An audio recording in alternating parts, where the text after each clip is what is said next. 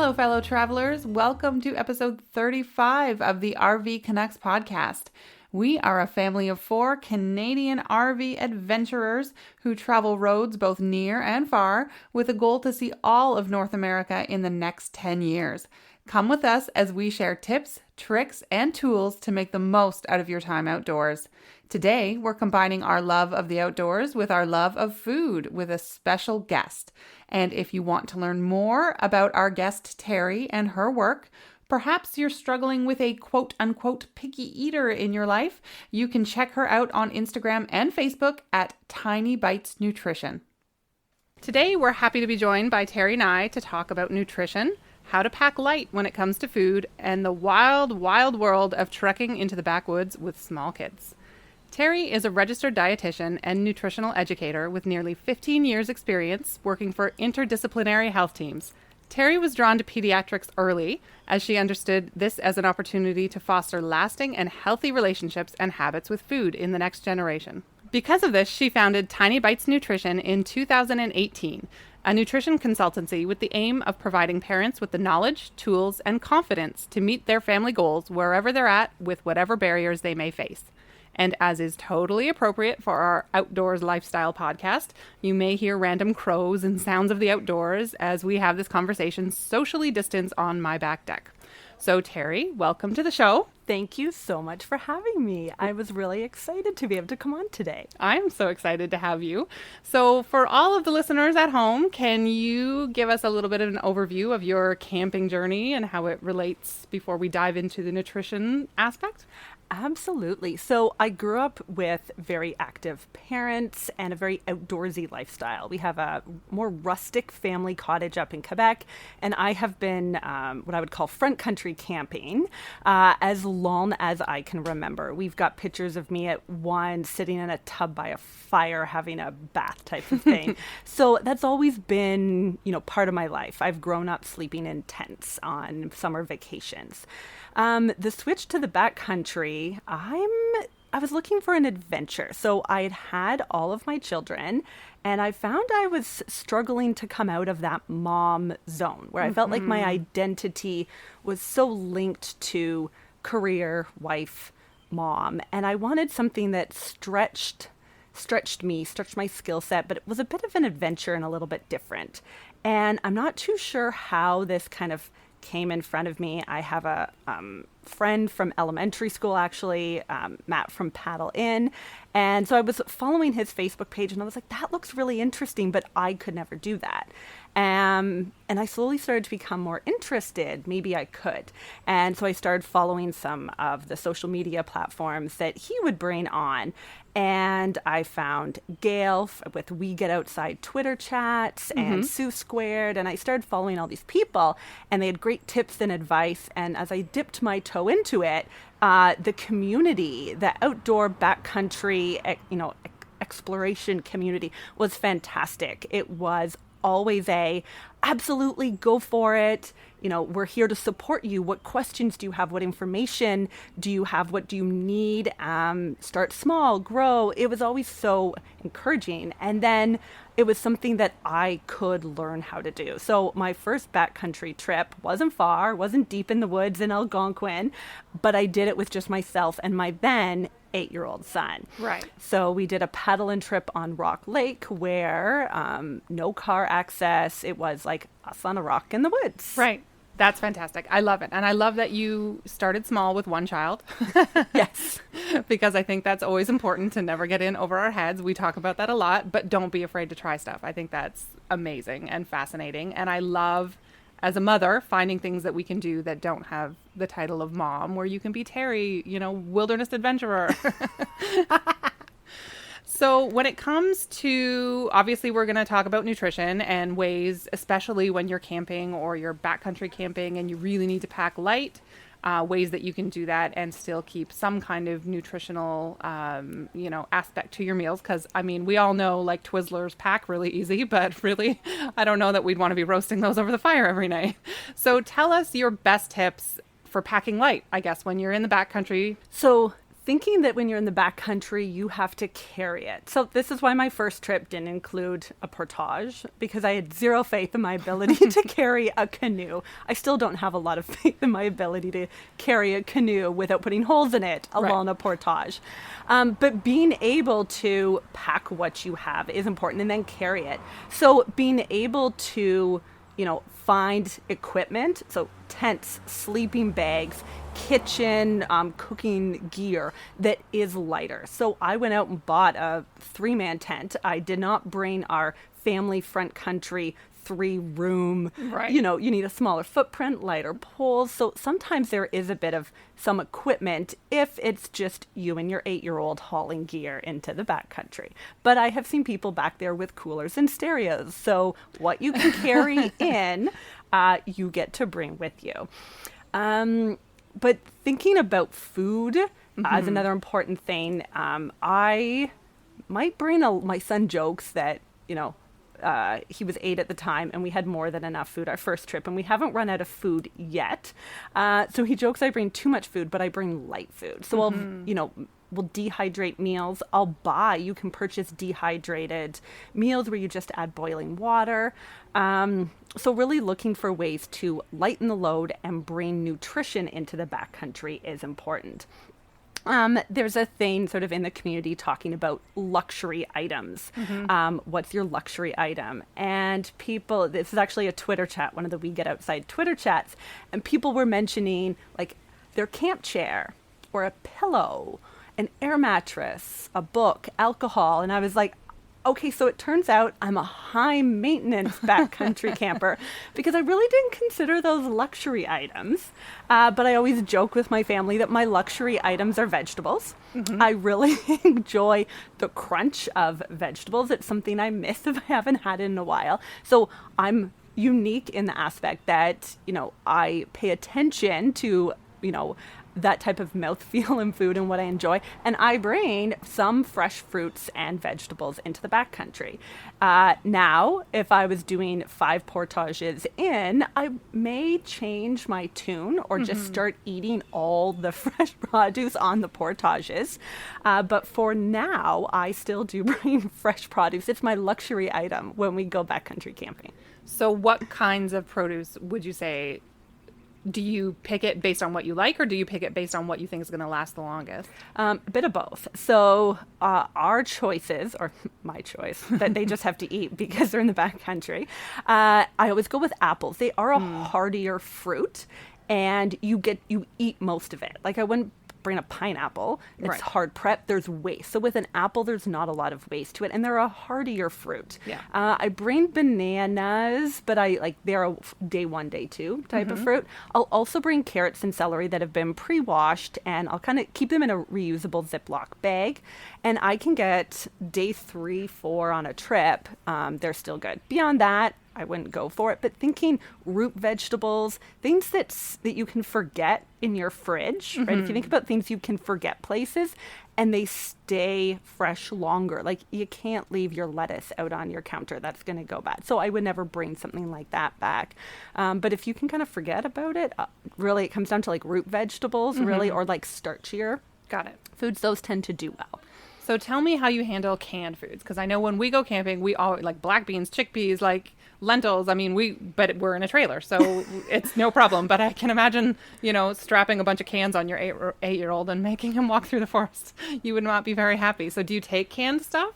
We actually don't bring any canned goods. Okay. And most, I would say, like true, authentic backcountry campers won't, because you have to pack out. Right. So you're very vigilant. What you bring in, you bring out if you are a respectful camper. So in that sense, I would pre-make a meal. So say the cans are being used to make a spaghetti or a chili, I would pre-make that spaghetti, that chili, and then I would dehydrate it. And then when I'm in the woods, that's when I just boil water and rehydrate it. So I might have the same types of foods, but I do there's a lot more prep work that goes on at home than in the woods. Okay, so because I do not own a dehydrator, and I think part of that is because Dan being in the military, he doesn't like to eat anything that's dehydrated. Understandable. Because, you rip open, pour the water in, like that's what he gets regularly in the field. So that's a no-go at home. He wants fresh everything, which I get. But okay, so let's say you said spaghetti and meatballs. Like, you dehydrate it. How do you rehydrate it? You just stick it in a pot and put some water in? I'm sorry. No, I love it because I had all these questions when I was beginning as well. So I probably wouldn't do meatballs simply because it's a larger meat, and there's a risk that if you don't dehydrate it properly, now there's a food. Yep, yeah. Exactly. Your face set it off. But if you were to do a meat, you would cook it, but then you would also rinse it. Okay. Again, I'm not an expert. There are amazing groups and books for this. Yeah. But you would rinse the fat off of it because fat does not dehydrate well. It has a much higher risk of going rancid. So you'd rinse the fat off the meat. Some people will dehydrate foods separately and then they'll combine them, which is, if I was doing meat, probably what I would do. Really, I am who I am. I eat a lot of, beans, legumes, lentils. You're laughing because you knew where I was going with this. So I would probably do more vegetarian type meals. And if I'm doing meat, because I don't want to poison anyone, that's when I buy it from. I buy bags from like Sale, Mech. There's a variety of companies that make a variety of foods. Some are like Thai food, some are like eggs. I tried the eggs, didn't like the eggs. And you're gonna try different things, find ones you like and don't like. There was one, our first trip, I found a spaghetti and meat sauce one, and it was a purchased product. And my 8-year-old, our first trip, he's like, "This is the best spaghetti I've ever had in my life." And I'm sitting beside him as someone who like makes food from scratch. Dude, I think it was the salt. Yeah, probably. Because they are salty. Also thinking these are for people who have been hiking all day, paddling all day, that, the nutrition profile of these packaged foods are geared towards some of that rehydration. But I think he just really, really enjoyed the salt in it. So that, if you're not comfortable doing all the food prep at home and dehydrating, you don't have a dehydrator, you don't want to risk it using your oven, like there are options. You can go to these stores and purchase things as well. That's an option if someone wants to dabble and they just don't feel like making all their own food. Okay. Yep. Makes sense. So let's talk a little bit about packing it and bringing it in. So obviously you're not having like a hard-sided cooler, I assume, for anything like that. Tell me what your go-to is for packing, considering what you said about, what you bring in, you bring out. Do you hang it in a tree? Like, tell us the shebang. All right. So it starts off with a plan. Absolutely. You can't go in with a variety of food and figure it out once there. This is what you're eating and this is how much you get. Because if you're really hungry and you eat, all your snacks on the first day, you're going to be really, really hungry come the end of the trip. So it is planned out, and I'll tend to either pack big reusable Ziploc bags with, I'll either do day one food, or I'll do like breakfast, lunch, dinner meal. So I have it organized. So when I reach into we use a plastic hard-sided kind of barrel, which has like a sealable lid on it. It's waterproof, so if the canoe ever goes, we don't lose everything. And then really for breakfast, we keep it boring but high fiber. And oatmeal. Is it exactly. We do oatmeal every morning. So now we have never done like a 2-week trip, so we've never gotten that sick. But I eat oatmeal every day, Terry. It's okay. Perfect. Oatmeal in and of itself, it's dehydrated. Then I always bring skim milk powder, and for the oatmeal, to give it a bit of that creaminess, it also adds a bit of bit protein to that meal, because you're not bringing things like yogurt or milk or eggs into the backcountry, at least not if you're going many days in. And then I'll have a variety of dehydrated fruits. So it could be fruits I've dehydrated. Say we went apple picking and I've dehydrated some of the apples. But the other option is like go to your store and buy raisins, apricots, dates, prunes, all that type of section. You can also get freeze-dried fruit. So one of the other things that I will always bring for our oatmeals is either ground flaxseed or chia seeds, mainly because fiber. When you're in the backcountry, fiber's always my friend. But when you're in the backcountry, fiber's really, really your friend. You don't want business to take a long time. Right. So I don't know if anyone knows. I'm going to segue us into the joys of backcountry camping. There are no amenities. So it's not like front country camping where you'll have outhouses or you'll have, you know, you have to hike for the flush toilets. Yeah. If it's an actual site versus crown land camping, there's often a thunderbox. So what this is, it's a really exciting name for something that's a wooden box over a hole. If you're lucky, it has a like toilet seat bolted in, but there are no walls, no roof. Right. So you tend to get, the plus is you get lovely views, but you may not want to hang out there too long. Mosquitoes, rain, possible bears, like lots of reasons you don't want to hang out there too long. And, you know, depending where you are, it could also just be a log where you dig. So that's sort of my approach to fiber is our friend. We don't want to hang out there too long. So things like oatmeal, dehydrated, or like the dried fruits like apricots, dates, and then chia seeds always help that. So that's my approach. And then I'll bring chocolate chips or something like that because the kids enjoy it. But they often, depending on the temperature, they melt and it's just fancy. Like chocolate squares, melted chocolate blob by the end. That's okay. Just put it in a bag and I guess snip it off. Snip it. It's like icing. Squeeze it over like icing. I think that would be amazing. That sounds great to me. Oh, talk to me about water. Like how do you get your water? Okay, so there are a bunch of different options for what people prefer, but you use the lake and the streams. So that's your water source. You don't pack in water. Now, to make sure it's safe, this is something we use a filter system. So you'll get a bag and you'll look for clean water and then you'll hang it and it'll go through a filtration system that filters out all the things we don't want in that water. And you kind of hang the bag and then you use that for your drinking water. If you are bringing water to a boil, I forgot to check the stat before, but it's like 5 to 10 minutes of boiling. It will kill anything in the water. So that's another option you can use. Some people will use tablets. So it's like mini chlorine. Some people love these for ease. It's quicker. Some people really don't like these for taste. It can leave a really strong taste. So it's safe water, but it's really... and then there's also these, I think it's called Life Straws. Oh, those big blue things. They're like, I've seen those, yeah. And often people will have one of these in like their ditch pack that's on your body. So if things go bad and you find yourself washed up on shore somewhere, you can drink water. So you can drink right out of so you can fill a bottle and drink out of the bottle with this Life Straw, which will filter. But for a family of 5, that is not functional for us at all. So we use the hang method, and we'll kind of scoop water out of the lake and hang it. Okay, I love that. Thank you. Animal safety, specifically when it comes to food. Take us through the steps that you do to protect your food. So we do the bear hang. So not just our food. Anything that comes in contact with food, anything that has a smell. Yeah. So pretty much everything goes in the barrel at night, and we hang it from a tree limb. So you want it to be 12 feet, 12 feet up the tree. So, so they can't reach it from the bottom. Yeah. 5 feet out on a branch and then 5 feet down. So it's a rope system. We actually rigged up a pulley system. My grandfather, who did backcountry camping before anything was lightweight, told me about the pulley system. It's much easier to pull it up.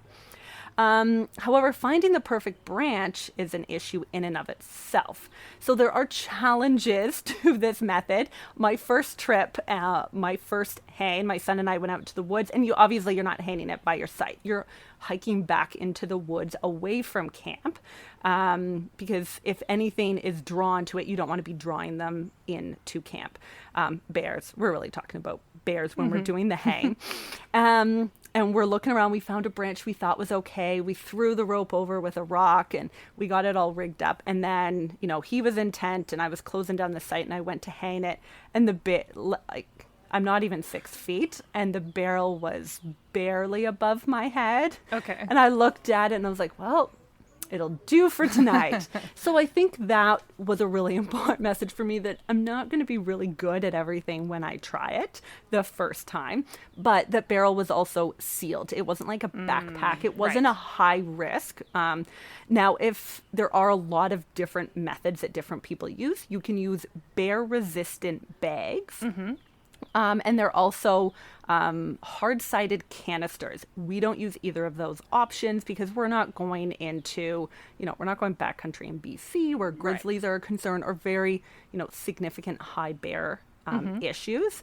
But that's one of the big things we do, is anything that's been in contact with food. So all of our kitchen gear, like the tub we use to wash our dishes, all of our dishes, all of our anything we have used to cook, our forks, our spoons, our toothpaste, lip chap, sunscreen, bug spray, everything that has any smell to it goes in that barrel at night, and it's sealed. Through the day, we learned through having an attack of chipmunks that it's not just bears that we need to protect our food from. Keeping the lid on throughout the day prevents chipmunks from finding their way to the bottom of the bag and you needing the barrel and needing to dig through and keep them out. Right. They're very sneaky. And again, where I go with 5 kids right now, we're not going 5 days into tomogamy, which I would love to do. Sounds lovely, but I like a quicker exit strategy. Right, for with sure. these 5 kids. So these animals are quite used to humans and all the food that humans bring with you. They're not scared of you. They know your little grocery store. So protecting your food, if you want it, is a really good idea. Right. Tell me about incorporating more children into the adventure. I think that's so I grew up outdoorsy. Yeah. My kids are fairly outdoorsy.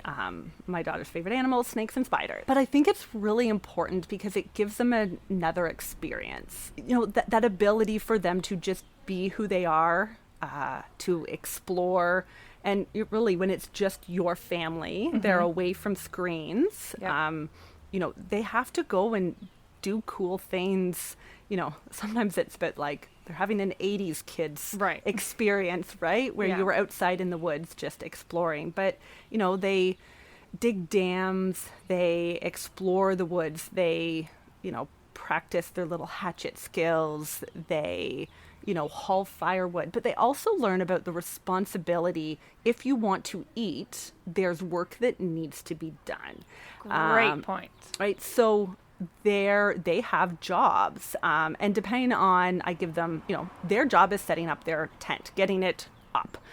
If they don't set it up, they're going to be very cold and wet. Now, of course, I'm there helping them. My children have been doing this for 3+, I think this will be our 4th year this year. But, they know how to put up a tent now, but they've always helped. Their job is always collecting firewood. If they find something that's too big for them to drag back, and you're looking for fallen limbs, fallen trees, anything like that, that's a little bit dry, they know what to look for. But they're in charge for hauling wood back. And they are actually in charge of the morning of we have this one piece of equipment that is my favorite. It's called a Kelly Kettle. We got it through Man Camping, his page, and because he recommended it so much. But it's hard to describe. I'm going to talk with my hands now, and it's not going to be effective because it's a podcast. But there's this little base on the bottom, and you build a little fire in it. And then it's like a kettle. It's there's a chimney in the middle for the fire, the smoke, and the heat to go up. But it's a hollow kettle around the side, so you fill it up and the water's kind of circular around. Yep. I'm not doing a good job. People will have to Google this. I can put a link on our show notes Perfect. to exactly what you're talking about. But then as you've made this fire, the heat goes up and it boils the water in this kettle. And so this is one of our kids' jobs. So it's a small controlled fire. It's a metal canister. They put the paper in, and then you don't need to get big logs. There's no axes involved. It really is like scavenging. So it's the little twig kind of woods, pine cones that you burn with this. So my children all have learned fire safety by learning how to build small fires. So not only fire safety, but fire skills. Not everyone would be comfortable starting there, but they've slowly grown up with it. How to light a match. Can you light a match? Okay, if it's windy, what can you do to make sure you can light the match? We always have lighters on hand in case it's not going well. Yeah. But it's some of that, old skill set, I guess. Not that I think they're ever going to have a hatchet experience where they're lost in the woods. But if they have some mild skills that might help them make it through. You know what? You never know what's going to happen. You never know, right? That's why I think it's amazing to have those skills at a very early age. Yeah. And it's an adventure. So for kids who do grow up in this modern society of screens and houses and food that appears on the table, or even if they're cooking in the kitchen, it's, much more accessible. There's much less work. It is an adventure, and you can make all that work fun, right? The hike you have to gather firewood turns into a hike, and let's try and can we carry this limb? Like, you can turn everything fun, but I always watch them, and I always note how free they act when they're out there. It's just us in the woods and no one's watching, and they get to just go be wild children. Which I know Terry's children, and they would absolutely love it. They're fantastic kiddos, but they all have a very amazing wild spirit that I hope that they literally never get rid of, because these are the type of kids that when everybody grows up and turns 40 and wishes they were still that kid, these are the type of kids they still wish they were. And I love that about you. Thank you. And speaking of which, anybody with little kids, when you go out into the wilderness with them, whether it's front country camping or backcountry camping, the way we experience the outdoors, like through the eyes of a child, I think is really cool, and it's really amazing. Like they'll pick up little snails and rocks and pine cones, and you talk about them. Okay, like, how big is it? Where do you think it came from? What does it feel like? And just really experiencing the outdoors in a really tactile way, which I think is such an important philosophy that you bring to nutrition. So tell us a little bit about that type of approach to eating, or foods that kids might not want to try, or if you only have this packed because it's light and you're taking it camping, they've never tried it. What are some ways you can introduce foods a little easier, or make it a little more appetizing to kids who might be otherwise reluctant to give it a go? Yes. So if you have really hesitant children around foods, definitely your meal planning is going to be important, because you want to make sure they have something to eat. Some kids, when they get hungry, they'll eat. They're like, well, I'm hungry, so I'm eating this. And to be fair, we've had some meals that weren't their favorites. We've had meals that were not my favorite because we tried something new, and it was kind of like the eggs are what I'm coming back to. Maybe it was the brand. If someone has a better brand of dehydrated eggs, let me know. But they were really bad. But I was hungry and I was going to eat it. Yeah. So there can be that appreciation for food. But for children who are more hesitant or selective eaters, pay attention to what you can spend time introducing at home, and looking at, in all honesty, maybe some of those packaged foods that are predictable would be really great to introduce at home, to see if they have any favorites or any ones they like from those dehydrated packaged meals. Sometimes those selective eaters are very much, they can be anxious or just nervous around food. And so unfamiliar or lack of predictability can be one of the actual challenges for them. So if you think about a blueberry, if you grab a blueberry, sometimes it's plump and juicy and sweet, and sometimes it's smaller and tart. And for children who want that predictability, who feel safe with that predictability, that's why sometimes fresh fruits and vegetables, or mixed meals, home cooking can be a real challenge for these children. A chicken nugget tastes like a chicken nugget. A yogurt tube tastes like a yogurt tube. My bear paw tastes like a bear paw. Right. So finding which of these meals they do like, and making sure you incorporate some of those meals, and remembering, often kids who are hesitant have their packaged foods that they like, whether it be a bear paw, granola bar, cookies. All of these can be brought. Those are all safe at room temperature for a long period of time type food. So including those as part of the meals.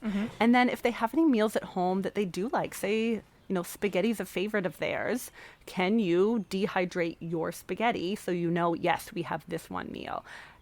Craft dinner. You can make craft dinner in the backcountry. You might have to adapt it a little bit. It might not be the exact same, because you won't have milk or whatever, but you can use water and skim milk powder. You can adapt and get creative. So yeah, there's absolutely that avenue as well. And then, in the off season, work with your kids to expand their repertoire of acceptable foods. And, that can be work. It can take work, but in continuing to introduce kids to new foods is important. Introducing them to new foods in a non-pressure way. Often we have, as parents, get this mindset of, my child doesn't like this food, so it's off the menu. And I would argue we actually want the opposite. If your child doesn't like a food, or I would say hasn't learned to like a food yet, that's, then you want to make sure you continue to offer it with other accepted foods. We're not trying to, starve them into eating liver and onions, but make it part of the meal so that it's available and so that they can learn to like it. Because if we, as parents, say, oh, they don't like it, we're never going to serve it again. Well, how the heck are they ever going to learn to like it if they never see the food again? Thinking about reading, if sometimes I talk about kids learning to eat and learning to like foods like other skill set.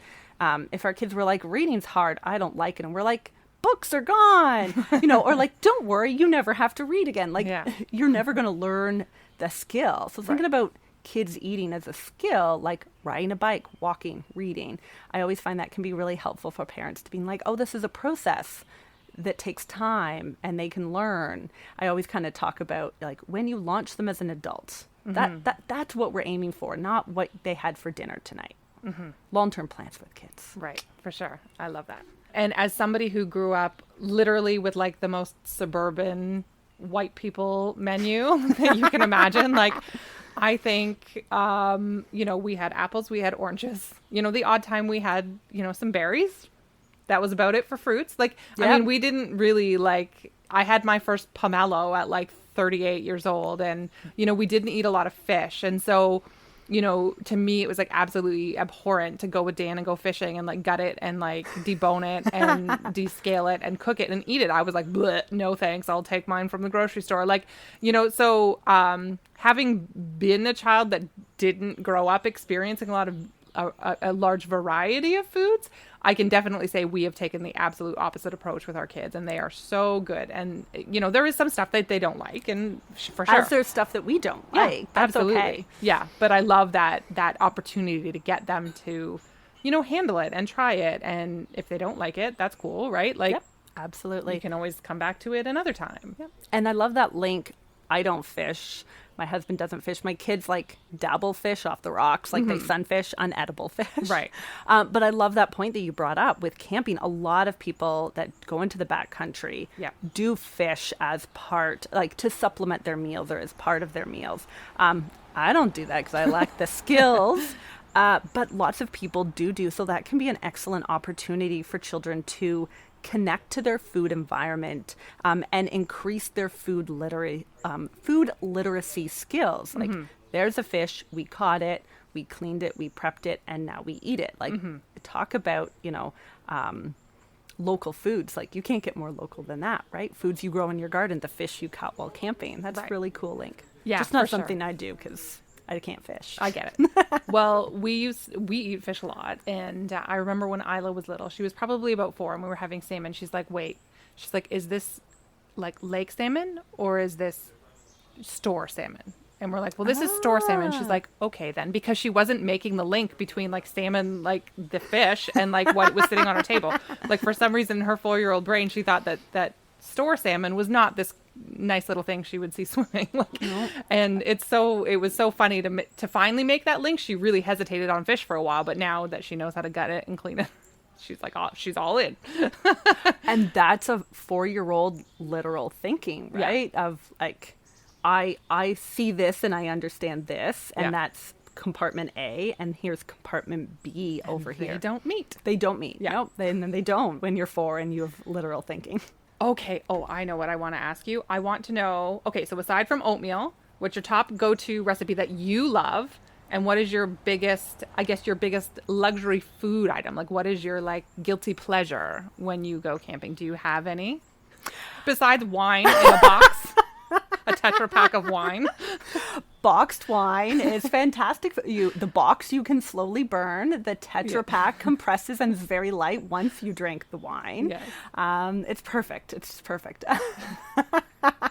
So probably one of my favorite meals to do would be a bit of a slower meal. Not so much a meal, but an element to a meal. And that would be doing bannock and Yeah. So we'll pack the dry ingredients in like reusable Ziploc bag, and then the wet ingredients. But we, pick it so that it's mostly add oil and water. And so it's very low prep.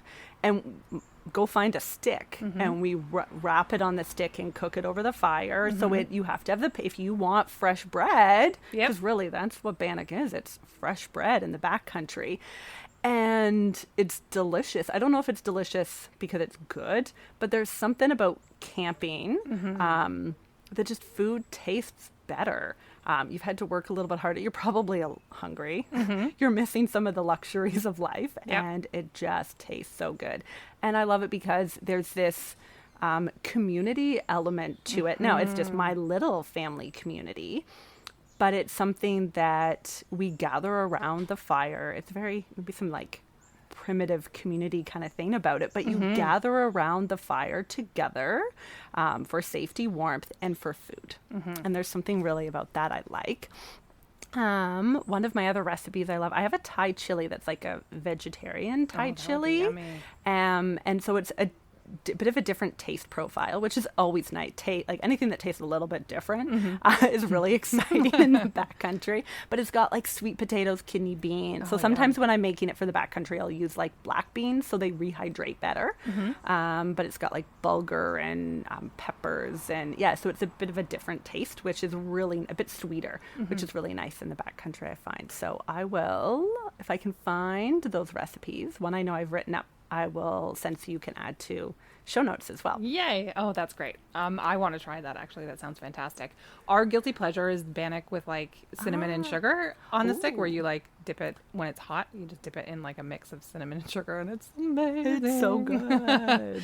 So out of your backcountry trips so far, what has been your favorite trip? Where? And where is like your bucket list backcountry trip? Oh, good question. So my favorite, Kawarthas. We went up to the Kawarthas, and this was our first family backcountry trip. Right. And we had a portage, so it felt like it was real now. It was a 100-meter portage, but, kids had to learn, you have to carry stuff. It may not have been a lot, but you have to carry stuff. And so this was the first family trip. So it was really interesting to just see the dynamic, see them experience this and what it means, and kind of see them thrive, realizing like, no, this is something we can all do. This is something they're going to enjoy doing. And really, for me, I don't know why, but seeing my kids hop in a canoe and love paddling, there's something about that I just love. So my middle guy, who's just the most intuitive person, like he's the one, so he's 8 now, so he would have been like 6 on this trip. And he just hopped in a canoe. Like he's the one that will he knows how to put up a tent. He will know how to build a fire. He's just really hands-on. And I've never really, really taught him how to paddle. But we were in a quiet bay. So even if the wind picked up and he got blown away, there was nowhere for him to go. I could swim to him. So he hopped in this full-length canoe with him and his little kid. Like we got all the kids, these little paddles from Badger Paddles. Yep. So it's been other ways to include kids in this trip. They don't sit there only. My kids are expected to, if they're my canoe, they have to paddle because I can't get it. I can't do it myself. I need help. But they have their little paddles. And he just hopped in, and it was so intuitive, and he just like knelt like a canoeist would, and he just paddled around, and he just like eased it. I was like, it was as if he took lessons and had been doing this for years. So that was Mom, look at my J stroke. Exactly. And he did that intuitively, so which was really cool to see. But I think just seeing different elements of your kids come alive was always really interesting. So that was part of my favorite trip. And it was also the one that I forgot the bag for all flashlight, I had left it out because I was charging it so that we could charge our phones for photos. We don't use them for anything else back there. But I forgot all of that. Bag was sitting there. So we had no light, no headlamps, no flashlights after dark. So thankfully, if the moon was out, that's all we had. But there was something about cool, that. Actually. There was something about that, we built a fire and, okay, yeah, it's getting, like we had to really listen to nature and be that much more in tune to it because once the sun went down, you couldn't see. Mm-hmm. And my 4-year-old at the time woke up in the middle of night every night screaming for me because she woke up and she had, of course, wiggled out of her sleeping bag and was cold. Mm-hmm. And so I'm literally stumbling through the dark, being like, I'm coming, thump, thump, oh, that's a tree. I'm coming, thump, thump, thump, oh, that's a tree. Every night. I haven't forgotten the flashlight since, so. I love that, though. I love that how adversity just like can teach you so much too. Like you roll with it, right? What else are you going to do? You don't have the bag, so let's roll with it. So this is what we're going to do. And for bucket trip, I hear so much from the paddling community about Temagami. And I hope I'm saying it like, yep. Yeah, you have been to Temagami. I listened to that episode and I was like, oh, that's where I want to go. Yeah. I feel like I need a few more skills and I need to get stronger because there's a lot of portages. But I just think it's that much more wild and wilderness. I think with what I want to do with my kids is to do what I would call like a trip. So we tend to base camp when we go in the backcountry. So we'll paddle in, but then we'll set up camp. Like we're still introducing them to this. We don't go lake to lake and we don't have a new campsite every day, which is what a lot of people do. Is they'll do a trip through the north of Algonquin and it's like a 7-day round loop trip and they travel. That's on my bucket list, I think, would be to. No one's as excited about it as I am. And they're like, so more paddling and less playing and we have to set up and take down camp each day. I'm like, but it's an adventure. Yes. And so I've almost have them talked into a river trip because the river will help move us along. So we'll see. I'm working on them. That's a bit of a trip where we move more. Again, a bit of that, okay, we're doing this. What's the next level? What's the next skill level, I guess? You guys are going to be like whitewater rafting and like... It'll be accidentally whitewater rafting where we come around a corner and oops, didn't see that on the map. Here we go. This is why you always wear life jackets when you're in a boat, right? You never know what's around the corner. Well, I think Temagami would be fantastic for your family. And I know I just Googled it when we were talking. So Lady Evelyn Smoothwater is the provincial park. And I believe there's no front country camping there. Like, so you leave from either Finlayson Point or the other provincial park that's in Temagami, and you can paddle to Lady Evelyn Smoothwater. So there are sites, but they're off, on the little island chain in there, which I think is fantastic. We're actually stopping at Quetico this August on our way back from Alberta. And apparently I read that Quetico is the canoeing capital of Canada. I heard that on your podcast when I was listening. So we have the map. If you want the adventure map, you can borrow it and plan a trip. But it is far. It's like, I think 12 hours from It's an adventure just to get there, let alone. Woohoo. So we'll see how that goes. But hopefully we'll have some good news to give you about that area. But I love that. I think that, you are much braver than I was with little kids. And I regret that because, certainly growing up in BC, we were always doing we wouldn't necessarily canoe or portage, but we always, when we were teens, we would the hike-in campsites is all we camped at. We would just grab some friends and a couple backpacks and you go in and you dig a hole and you do your business and you cook food and you forage and, and I regret that I missed that, when I was not that I was a helicopter parent because we're not, but it was still maybe it's just that it seemed like. It can feel like a lot. Yeah, I know we just took a hiatus from camping altogether when I think kind of between the second and it wasn't until the third was the last kid was 2. Till Ads was 2, I think, was when we were okay, we'll try this again. Yeah. We're ready. And then we've sort of moved on since then, but yeah. I love it. Well, I cannot thank you enough. I think this episode has been very valuable. I have learned things I didn't even know. So I appreciate that. I might have to go look for a dehydrator now because I know that the girls and Dan do want to do a lot of that backcountry camping. They just haven't got around to it yet. But first we have to fix the leak in our canoe. So maybe we'll start there. That's a good first step. Yeah, you're not going to get bubblegum and duct tape only take you so far. True. Oh, speaking, you know what? On and off food topic, do you have a repair kit? What do you must have for for your canoe? Do you keep that in your kit? We actually will arrange to rent a canoe. Oh, okay. Because Good I plan. started it when I was looking at it, and we'll actually have it, again, this is stage so far.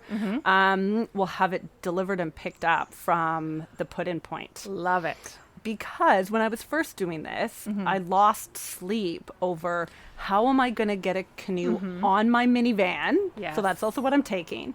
How am I going to get it off? And then at the end of the trip, even if I had like help getting it on the first time and I managed to get it off without scratching up the van, how am I going to get it back on? I would be relying on people just happening to be around at the right time. Yeah. So yeah, when I did Algonquin Outfitters dropped a canoe off. It had my name on a piece of tape, and Awesome. away we went. And then they picked it up. I didn't have to worry about it. Pro tip for backcountry newbies. See, obviously I didn't. Well, I think I knew that existed, but it never would have crossed my mind. Look at that. Yeah, so those little things that will help make especially if you're doing this for the first time, what can you save your energy and stress over? And if something's stressing you out, is there someone you can pay that will do it for you? Yes, I love that philosophy. Oh, I like the way you think, Terri Ney. Well, thank you for coming on the show today. It has been an absolute pleasure to talk to you, and I appreciate all the nuggets of wisdom when it comes to feeding everybody light. Thank you so much for having me. It has been wonderful to not only join you on your podcast, but see a human after our lockdown. We're outside on your deck. It's lovely, as I'm sure maybe people have heard the birds in the background. But it's been lovely just to join you and chat about things I love and you love. And so thank you so much for having me. Anytime. And now we're going to go open a Tetra Pak of wine. Okay, bye everybody. We'll talk to you in a few weeks. Bye.